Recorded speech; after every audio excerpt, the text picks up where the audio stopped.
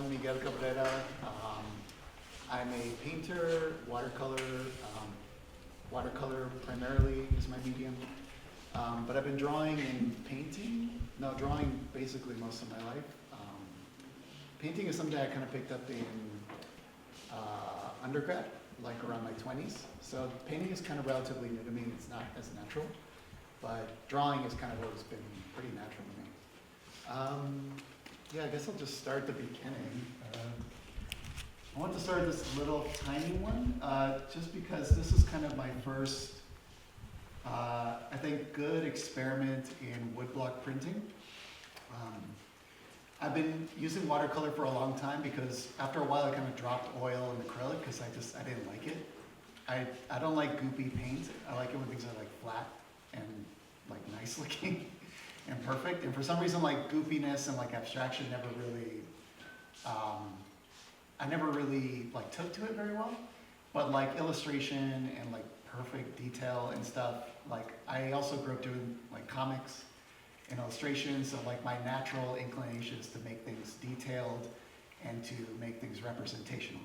So I never wanted to go too abstract. I always wanted to present like something specific. So this is kind of a recent experiment in woodblock printing, and it kind of represents a bit of a shift in my work. For a long time I've been kind of fixated on these architectural spaces. Like I said, I grew up with like this natural inclination to draw, and I've always been pretty good at it, but when I was in school I didn't really know what I wanted to like, put that skill towards. It took me a really long time like to figure that out, like way past like undergrad. I still haven't figured it out.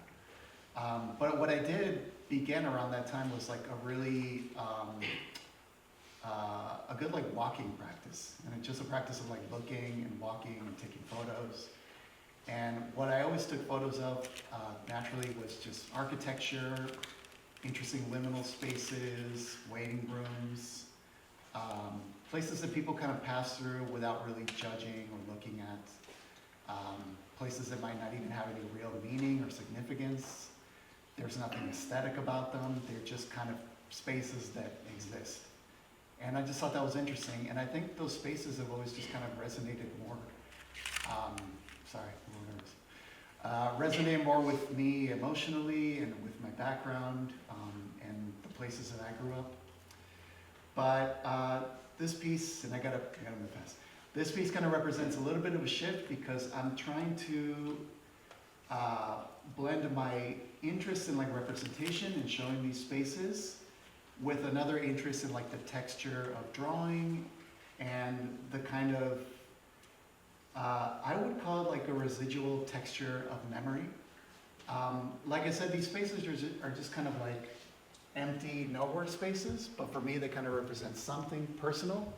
And I think with these like woodblock drawings, I think I'm trying to represent that, kind of like a static or a contrast of textures. So these are two of my pieces that I made for my master's, which I got in 2021 from SDSU. I graduated with an MFA in painting and printmaking. And yeah, these are like the last pieces that I made. I really love these pieces.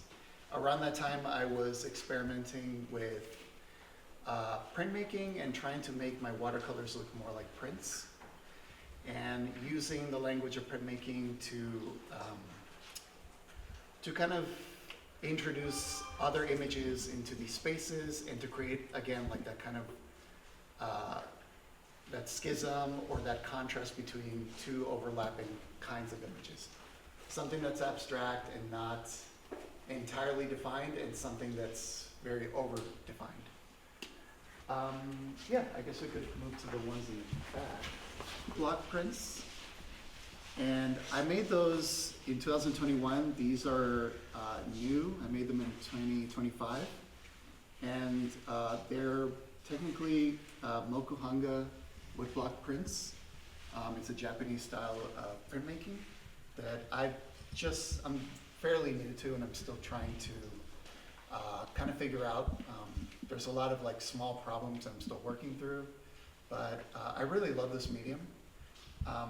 One thing that I really love about it is the natural texture of the wood, the kind of graininess that comes through. It kind of looks like TV static or like something, like an image that isn't entirely defined. It's kind of fuzzy, like seen through like a filter. I really like that because there's a kind of element of something that I can't control. It's something that's part of the medium, like a natural texture, which is why I was interested in printmaking in the first place, because there's things like non-registration and texture and overlapping colors that sometimes come through as mistakes. But as someone who draws, as someone who paints, mistakes are kind of hard to fake. Like, you can't just like fake a mistake. It has to sort of come through naturally in the process. So a lot of what I've been just developing over many years is how to introduce like that kind of spontaneous sort of texture and mistakes into these representational images of architecture. Something that I can't really do naturally, but that happens in the process. Yeah. What else can I say? I really also went towards woodblock printing because you can use watercolor pigments with it. You can mix it with nori paste. So I didn't have to like completely change my medium to do them. I could use the paints that I already had. Yeah, and also there's a really nice like perfection in the line that I really like with woodblock printing. With these, I use entirely just like the images cut out of the block, like the sharp lines come out of like the sharp lines or the sharp cuts in the block. While with my watercolors, I have to experiment with a lot of like masking fluid and tape, a lot of tape. Yeah, so I'm kind of happy to drop those, to just use this, which feels like it's maybe more natural or capturing like those things that I want to capture more naturally, like in the medium. But I'm not dropping watercolor. I still really like watercolor. So for me, these are like the three purest examples of watercolor that I have in this gallery. There are three just watercolor pieces. There's no like printmaking or woodblock nonsense in there. It's just watercolor, straight watercolor.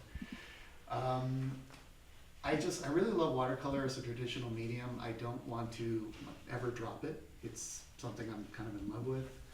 And recently with my woodblock prints, I feel like they've taken the role of like this like sharp perfectionism.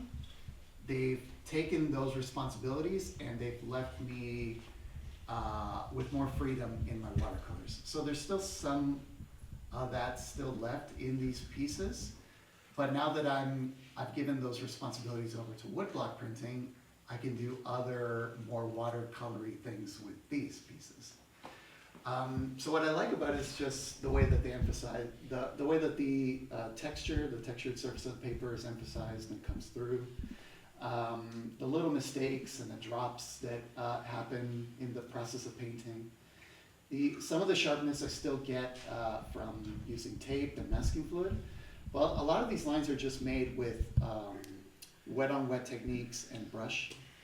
The really sharp, some of the reflective surfaces and some of the really sharp lines, I do take really careful, like I pay very careful attention to getting like a very precise kind of image, but with everything else, with all the little details, I sort of treat them more as playing around with the watercolor and the way it kind of soaks and plays around on the paper.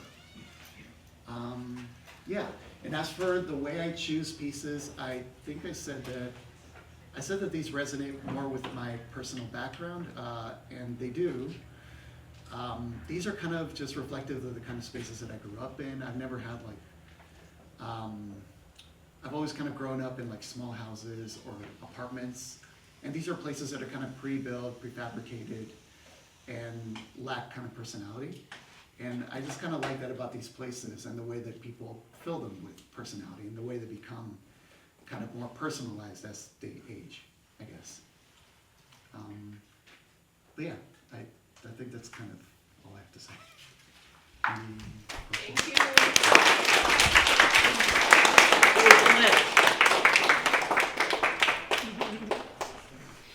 Any questions?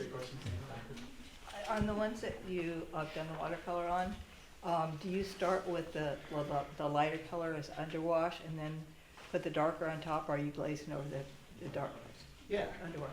Yeah, I start with the lightest colors, and I just do a wet on wet with a really big hockey brush. And I slowly build up the values. The last things are usually the shadows and the darkest values. I can't just wash over those, because if you wash over really dark paint, it'll just kind of bleed out and it'll fade. So you have to leave all those dark values for the last layer. You're talking a lot about perfectionism in these spaces. Do you think, and how these spaces are kind of personality-less, a lot like the places that you've spent time in as your home, do you think that using ink and paint on top of woodblock is kind of adding that personality to it that you're looking for? I mean, you've been talking about creating this imperfection within this perfection. I'm kind of wondering what draws you to that. Let's see. I think what I'm trying to, I do like the imperfection of these kind of drawings that I put over these prints. I didn't mention what they're made of. These are made of, this is kitchen lithography.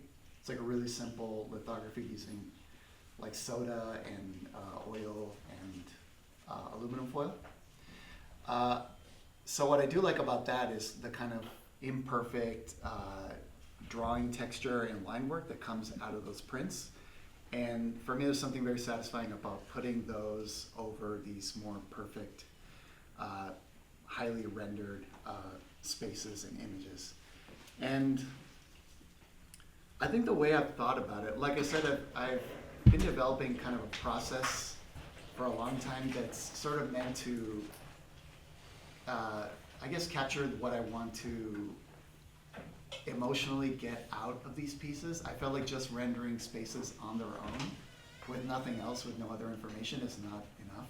Like, representation is not enough. There's something else that has to come through, and my natural perfectionism wasn't really getting it. So I had to kind of combine that with something else. And I think why I think because I think I'm trying to get away from perfectionism more, because I like what happens in the process of making something. And when you control a process too much, you kind of don't let air in and don't let other things happen in there. And for a long time, I felt like I was just doing that. And for me, like, paint and acrylic was like that. Like, the way I started painting, I painted a lot of like cheesy surrealist paintings that I didn't really like. And for me, they were just, I didn't really know what I was doing. It was just kind of a placeholder. And I was experimenting with like symbolism and stuff, and it just wasn't doing it for me. I felt like I had like these thoughts in my head that I couldn't really get out into like my brush or something, and like the images weren't enough. So something has to come in there that's like accidental, I think. Yeah. Took a really big liking to the one over there on the right, fountain. Was there any like thoughts you had on that you'd like to share? If you guys don't recognize it, that's like the fountain in the middle of the middle of the campus. That's that fountain. What can I say about that one? I don't know. I really like fountains. I take a lot of pictures of fountains. I notice that like every doctor's office has like a pretty corny fountain in the middle, and not corny. They're really relaxing. Yeah. I don't know. I guess it's like my little ode to a relaxing fountain. Yeah.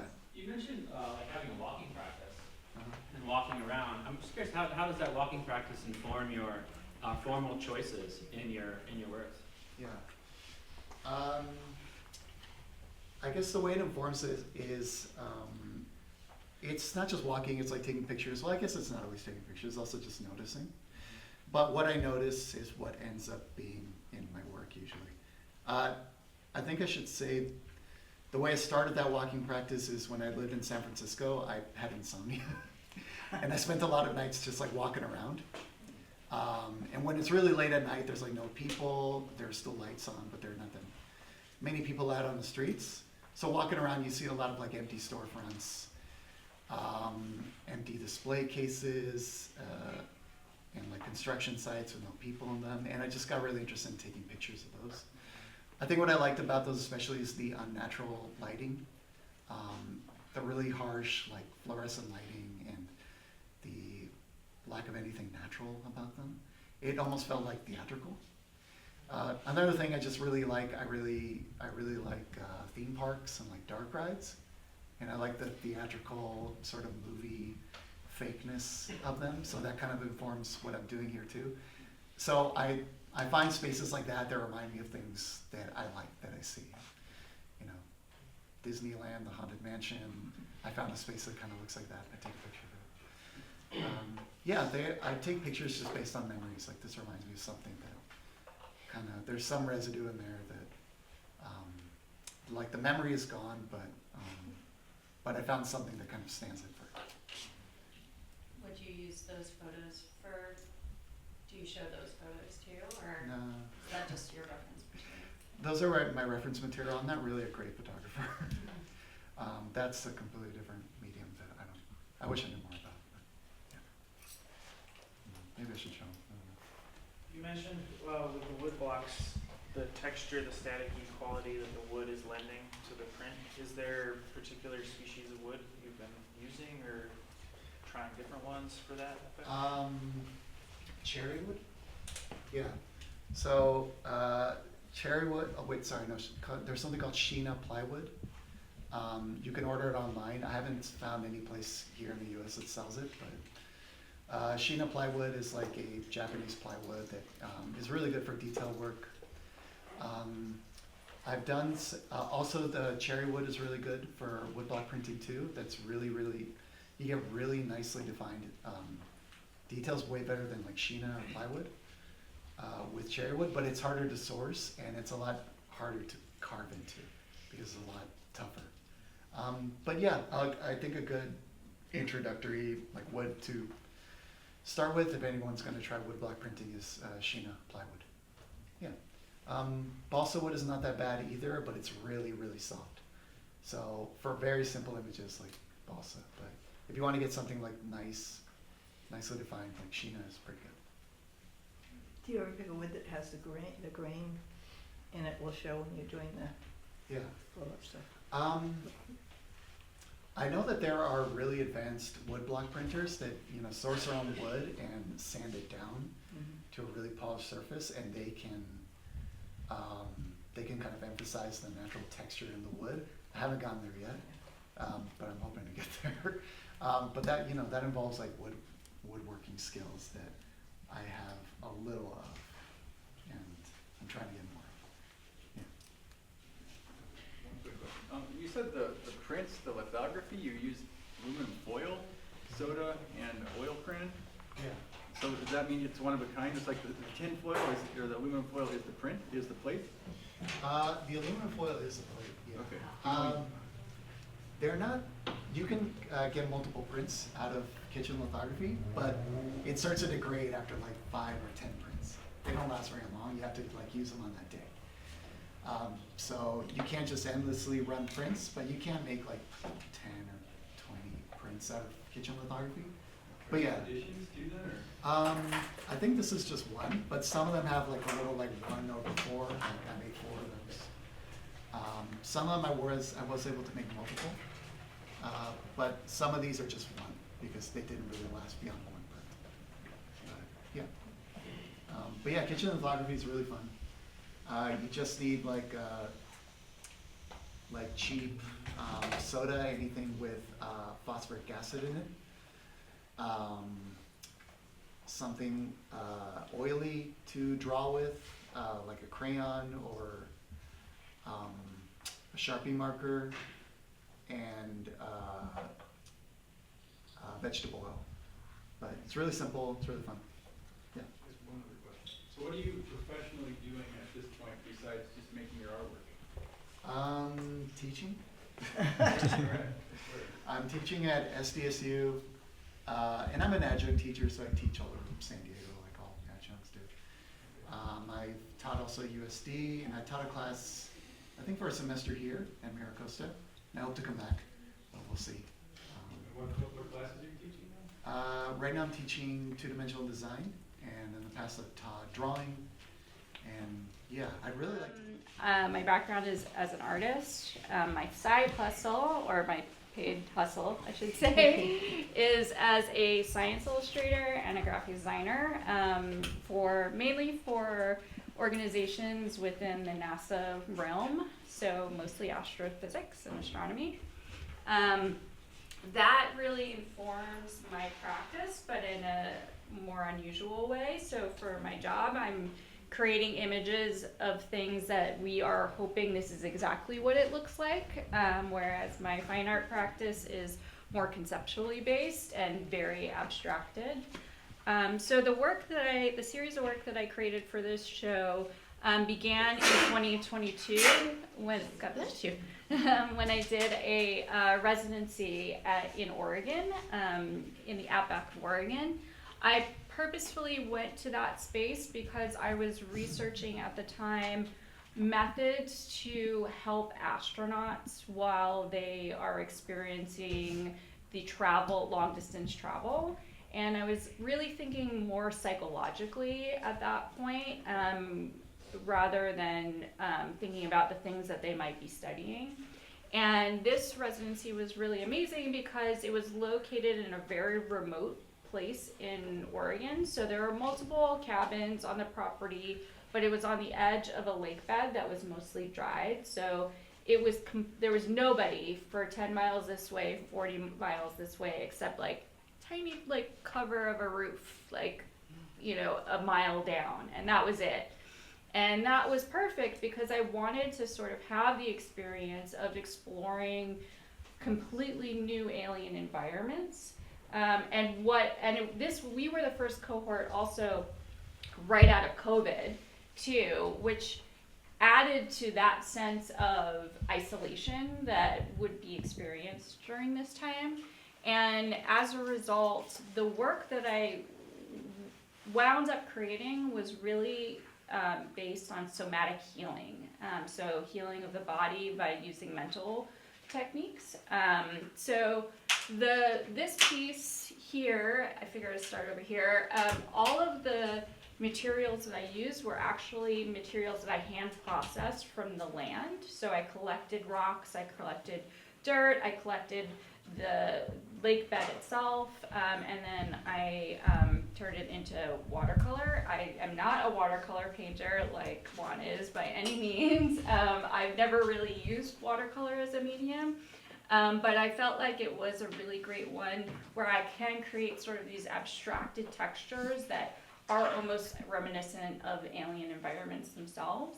But if you come close to the work, you'll see that there is text on each of the works, and those are related to a process that helps you monitor and control your own limbic system. So when you're in a high stress situation or are feeling anxiety, you can go through the process that you read through these pieces, and it will activate your parasympathetic system and allow you to calm down. And I can tell you from experience, this actually works.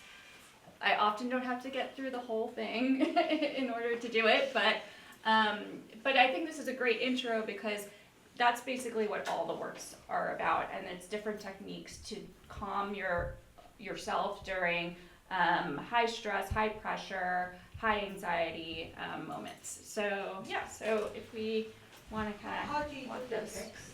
The text is a masking technique that you use. It's sort of like a waxy stuff that you draw the text on, and then you can peel it off once you use the watercolor paint over it, and it leaves whatever you had underneath that surface free of the pigment. It's like a liquid. Yeah, it's like a liquid. Two sets of these works, one here and one over there. This is part of a series called autogenic training. Now, autogenic training is a self-hypnosis technique that was created during World War II. Not going to get into its history. It wasn't great, but the technique itself actually is very helpful. So these are a couple of the phrases that are used in a mantra statement that you go through. I also have a sound piece that we're not playing right now because we're a big group and I'm giving a talk and that's annoying. So when you come to the gallery, when it's quieter, it goes through the whole process of autogenic training. So if you use this process, and you do learn the mantras, they're very simple. It's very much like mindfulness meditation where you're focusing on the parts of the bodies that are being referenced in each of the phrasings. The thought is if you do it long enough and you train long enough, that if you are in a high stress moment, like somebody would be if they're traveling to Mars, per se, or just existing in the world today, then the thought is that you could just say a single phrase from the mantras and you'll immediately activate your parasympathetic system and allow you to calm yourself and calm your actual body, which then will help clear your mind. So this work was also created using materials from the land in Oregon. And that was like an important process to me because I wanted to think about the actual physical labor that is associated with exploration, with terrestrial lands, and then what our responsibility is as we move past our own planet. And so having that physical labor, being that person that's they're breaking rocks, grinding rocks, hiking, collecting those materials, I think it helped me get in sort of that headspace of what the people will be doing as they move to other spaces beyond our planet, and what people do here within our own spaces, and are we doing that responsibly, not only to the lands, but to the people that are those laborers as well. So then the next set of works over here, I don't know if anybody's been to a sound bath before or heard of sound baths. You haven't? I mean, we're all in Southern California, so I just assume everybody knows what a sound bath is. So a sound bath is you go to a space where somebody has a number of things called singing bowls, and they hit the bowls with a certain type of mallet, which rings a certain tone. And the concept is that you, as the person receiving the bath, is there in a relaxed state, and as these tones themselves activate parts of your body, and then help promote things like mental and physical healing. And so that is actually, while they don't have actual singing bowls on the space station or anything like that, there has been study in the use of tones and sound to help promote healing, especially physical healing, for folks that are in these low gravity environments, which actually does quite a bit of damage to the human body at this point. So these works, there's 174 hertz is one of these tones that helps promote healing in the body. And all of these pieces, using those materials that I collected, were created using that sound. I didn't create these shapes. All I did was put the material on a piece of paper, and then I held it over just a little speaker, and I played these tones and allowed the sound from the tones to actually create the sort of the shapes and the patterns that you're seeing in these works. And then I put them through a printing press. So you have that mirrored image, which speaks to the theme of our show about memory. So I have the mirror image with the other ones, and that really is to think about the part that memory plays in exploration, in leaving our comfortable spaces and moving to different spaces, and how memory actually is sort of distorted by our own personal history, and is it necessarily the reality that existed in that like actual moment? And so that's why I really wanted to have, I could have just like tossed the other side, but I thought it was sort of an important part of the conversation about how memory will shape sort of future generations and future exploration and future terraforming even of other environments and other planets. Yeah. So then I have a couple of pieces. I was really mostly doing a drawing process, like all of the pieces that you've seen so far. I mostly reference them as drawings, even the watercolor ones. I don't consider myself a painter at all. But recently I've done more digital work. And so this is an actual video piece. This is from the dried lake bed that I was talking about at a little bit earlier at the residency. And this is really meant to be a meditation of focus. It's really, there's not a whole lot beyond that. For me though, even though it's not necessarily a part of the piece that I'm trying to let everybody know about by just experiencing it, this is one of the most joyful moments I experienced during the residency. I had woken up and I looked out and the dried lake bed was completely covered in fog. And so I went out, it was like, 6 in the morning or something, and I went out and I was just in this like really beautiful, soft, enveloping environment where I felt incredibly safe because behind the property was a big mountain. So I could see that above the fog. So I had a reference. I was never lost. I always had like a point of reference, but I was like in this very quiet, very personal, like nobody else experiencing this except for me in the world kind of moment. And so I wanted to document that, but also sort of, I realized how important how much it created this moment of meditation. And so that's really what this work is. And it's also sort of a reference to memory as well, which I feel like as you're watching this work, you're sort of seeing something in the distance, you're not quite sure what it is, you're trying to figure it out based on what you know it could possibly be, possibly relating to your own experience. So that's that video work. And now this one is actually an animation. It's an environment I created completely in Blender.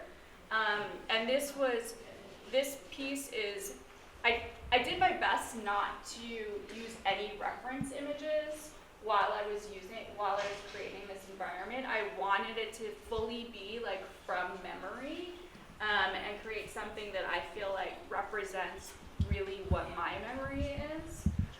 But then there's also the movement in the work, which is a reference to box breathing. So I don't know if anybody knows what box breathing is, but generally the technique is when you're in a high stress situation, you breathe in for 4, hold for 4, exhale for 4, and then hold for 4, and then repeat the process. If you're in a high anxiety state, you want to breathe out longer. So this is for high anxiety state. So as you're breathing in, you're sort of walking into the environment and bringing the environment towards you. So you're like breathing in for 4, you're holding for 4, and then as you're walking away, you're breathing out for 8. And so the hope is that like somebody who's experiencing this work, they might not really know that, but your breath might begin to sync up, or your heartbeat may sync up with the actual movement in the work. And then you might have noticed that there's some chairs here, and they rock. That is also a somatic healing practice of rocking. Helps calm your system and calm your open up your parasympathetic system. And so if you rock for a few minutes in the morning and you rock for a few minutes in the evening, that helps you center and calm your limbic system. So I thought that, especially with this work, I feel like the rocking works really well. This piece, it's a little harder because then you start rocking with the leg movement, and then it's like, which I guess is good. But yeah. So so the whole series, really, what it wound up becoming was about healing, and I think that's just sort of a reflection of where I'm at, my response to like what's happening in the world around us, and I'm kind of connecting it conceptually to these other bigger ideas of exploration beyond our planet. Yeah. Looks like Mars. But thanks for coming, everybody. Thank you. I love this picture. It looks like crystals. Yeah, well, it's ice. It was all ice. It was in the winter, so those organic materials actually had like ice crystals all over them. Beautiful. So, yeah. If anybody wants information about that residency in Oregon, I am more than happy to share it because it's amazing. I will. I would love that information also. I wanted to ask about the closer and closest. You said you let the sound move the material around on the page and that you ran it through the printing press. Is that pressure all that's holding the material onto the page? Yeah, and then I sprayed it afterwards. Okay. Yeah, With as well. fixative or? With fixative, yeah. Okay. But the majority of it really pressed the majority of that material into the paper. Yeah, I probably used the presses in ways that I was not supposed to, but nobody was watching me, so it's okay. Don't do this in your printing class unless you ask your professor first. Do you have a question? Yeah. Is that figure you? Yeah. Wandering? And so that's what you meant by behind you had a reference of the mountain, so you just kind of were out in that space. Yeah. Like engulfed in. I was completely engulfed. Like I could only see probably to where the podium is, and like completely circular. But it was the morning, so you had like that really soft pastel light coming through. And the fog was really low, so you could still kind of like have hints of the sky, and it was like weirdly like, I'm not a very religious person, but I could see why people would be in that experience. Yeah. I see in the work like this really awesome like discussion about like the cosmic, the environment, and then like the tiny individual, the human. Mm-hmm. Like those same pieces, it's like they're kind of, with the sound pieces, they have this nebula cosmic quality, mm-hmm. but then they're also very like scatological, mm-hmm. like from the human body. Mm-hmm. And I was wondering, because of the healing thing, like do you find that relationship between how small we are and how large and expansive the environment is relaxing, or is it a sense of that anxiety? I mean, I know that there are people, because I like focus on space a lot in my work, I know that there are people that actually are terrified by the idea of space and the possibilities of space. One of the people in my cohort during the residency, I was like, I'm gonna play the sound piece for you guys, and I told her what it was related to, and she got very nervous because she didn't know what to expect, and she thought it would kind of put her in that which, like in this expanse of like nothing, like nothingness around you, and it was totally the opposite. So I can relate to that to some degree. Like I would never be an astronaut. Like when they get the technology where they can like put you to sleep and then you like wake up and you're the same age but like on another planet, I'll do that. But like the thought of being in a small thing with like nothingness outside of that is like, it's very, like I need to start doing some of these techniques. I start thinking about it too much. And maybe that's why I was like taking it from that perspective too, you know, like taking it from like, oh, they're gonna need healing. Where the majority of astronauts will probably be like stoked just in general that they're out there and they're doing this thing, and they don't care that they're most likely going to die by going to Mars, and they're just like, I want to be the first, you know. I mean, there are people that are like that, but that's Not one of them? not one of those. Yeah. So for the piece behind you, you made it in Blender. So did you, are all those textures, is that like a bump map that you made, or? Yeah, well, I didn't make it. Okay. There's a lot of textures that are available out there for free. So I just used a texture that was available material. Gotcha. But then there's techniques to make it actually more three-dimensional rather than just sort of like this thing that you're putting on a flat surface. Looks really cool with the light source and the shadows. Yeah, you get that like, yeah. It's still not quite my memory, you know, like it's still like my memory had like more cracks going on, but I couldn't quite replicate that. But it's still close. It's very close.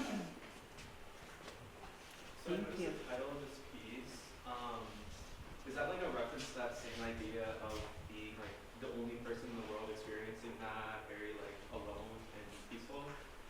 Yeah, well, it's kind of like it's a reference to that, but then it's also sort of like you as the viewer watching like this, like a person coming towards you. Like if you're on another planet and you know like other people aren't existing, and then like, I don't know, that's kind of how I'm seeing like this person like walking out from the distance, and like what that reference would be for you. Like if you're thinking like your most loved one, you're envisioning them like coming towards you, and sort of the feelings that you would feel, you know, as in that experience, which, you know, would be part terror but part elation, you know, like it would be like this mix of thing. But it's really meant to be like more of a meditation.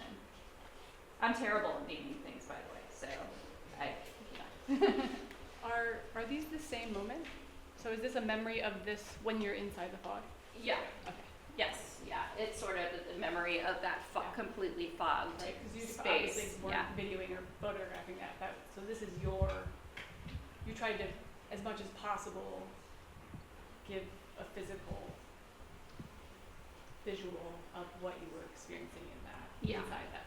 Yeah, and this only lasted for like, you know, maybe 30 minutes, and then the rest of the time the lake bed was completely clear and like very easily. When I first woke up, I was like, because I could see it from my window, and I was like, oh, it just looks boring. Like I can't even see the playa. And then I was like, and I did one of those like, oh shoot, it like popped up. I was like, oh wait, and just like threw on all my clothes, grabbed like my camera and like my sound recorder, and just like ran out there. And I'm really glad I did. And I like texted everybody in the cohort too. I was like, you guys gotta get out here. And nobody came. They're like, it's 6 o'clock in the morning, why are you texting me? I'm interested in the process you did, and the dirt and the sand.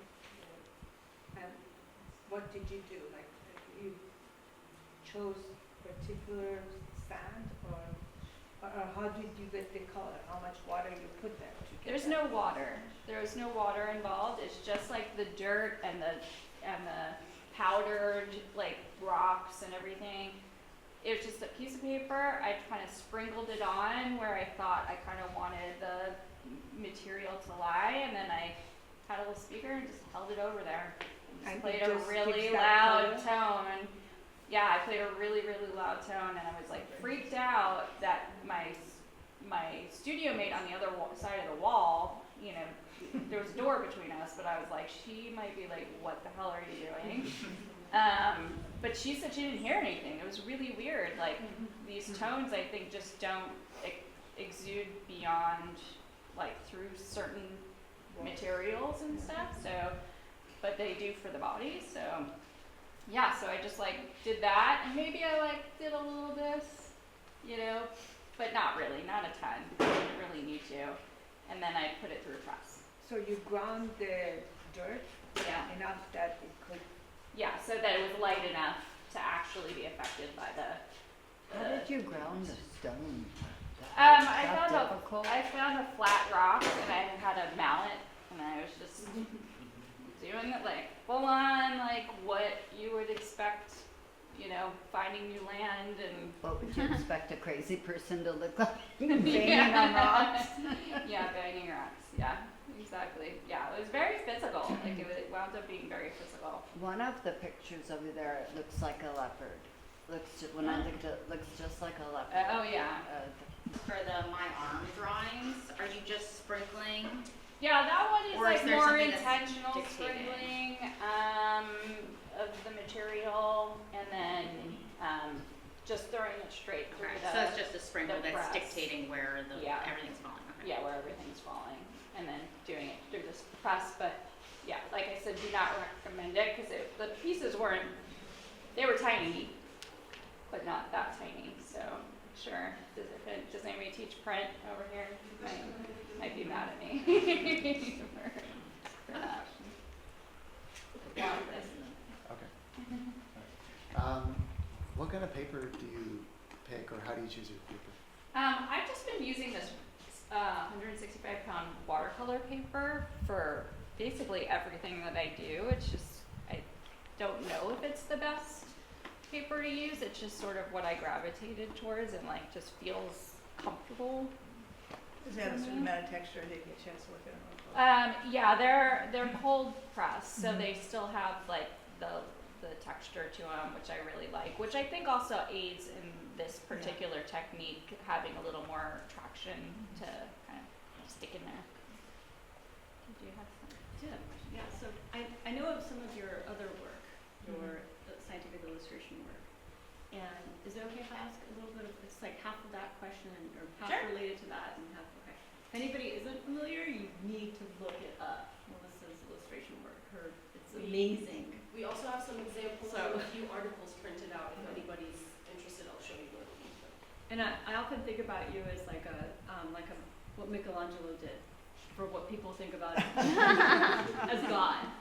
When people imagine what God might look like, you know, it's a guy with gray flowing hair. Yeah. You see where I'm going with this, and so you're putting to images things that people have never seen.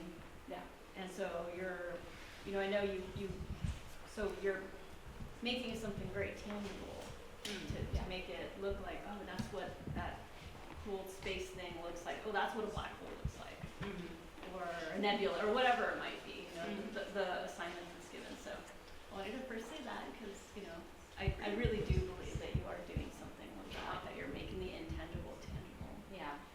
But this piece is very, like, this is the first one that I know of, or that's here, that's totally an imagined space, even though it was based on something, which is kind of like the work that you're doing with your scientific illustration, based on something. So I'm just kind of wondering if this is going somewhere, like, you know, if there's where Melissa's imagined landscapes or works are, because they all seem to be anchored in something real, but this one is maybe not. Well, I mean, I think the thing that's most interesting about this and this piece is the representation of it, you know, which I haven't done in my fine art practice, but I do in my illustration practice. And so I feel like that this is actually maybe getting closer to overlapping those two practices.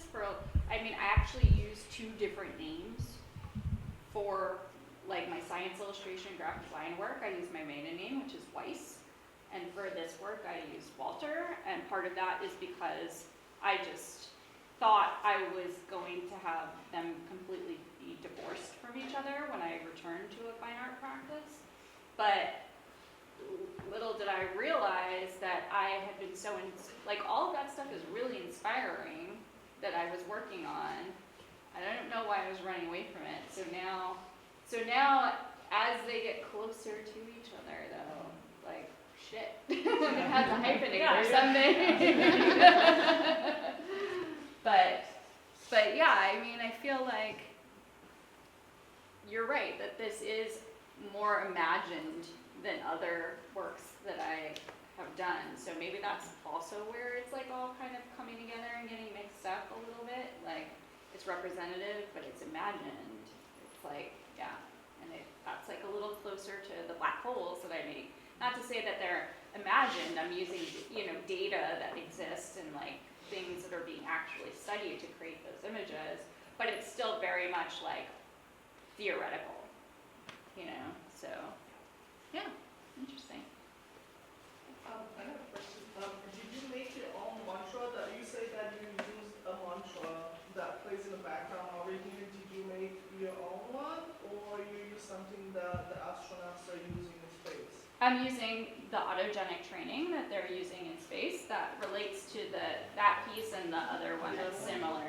Okay. Yeah, so. And can it be found? Can we find it online, or? No, it's not. No, it's just only for so. Yeah. But if we come in. But you can Google autogenic training and find all versions of it and Oh stuff. yeah, I And know like sound baths, meditations, and like healing waves and all those. And that piece, like the render felt really relaxing. I don't even know that it's not real yeah, place. cool. Somehow I felt drawn to hang out with it. Nice, awesome. Well, thank you everybody. Thank you.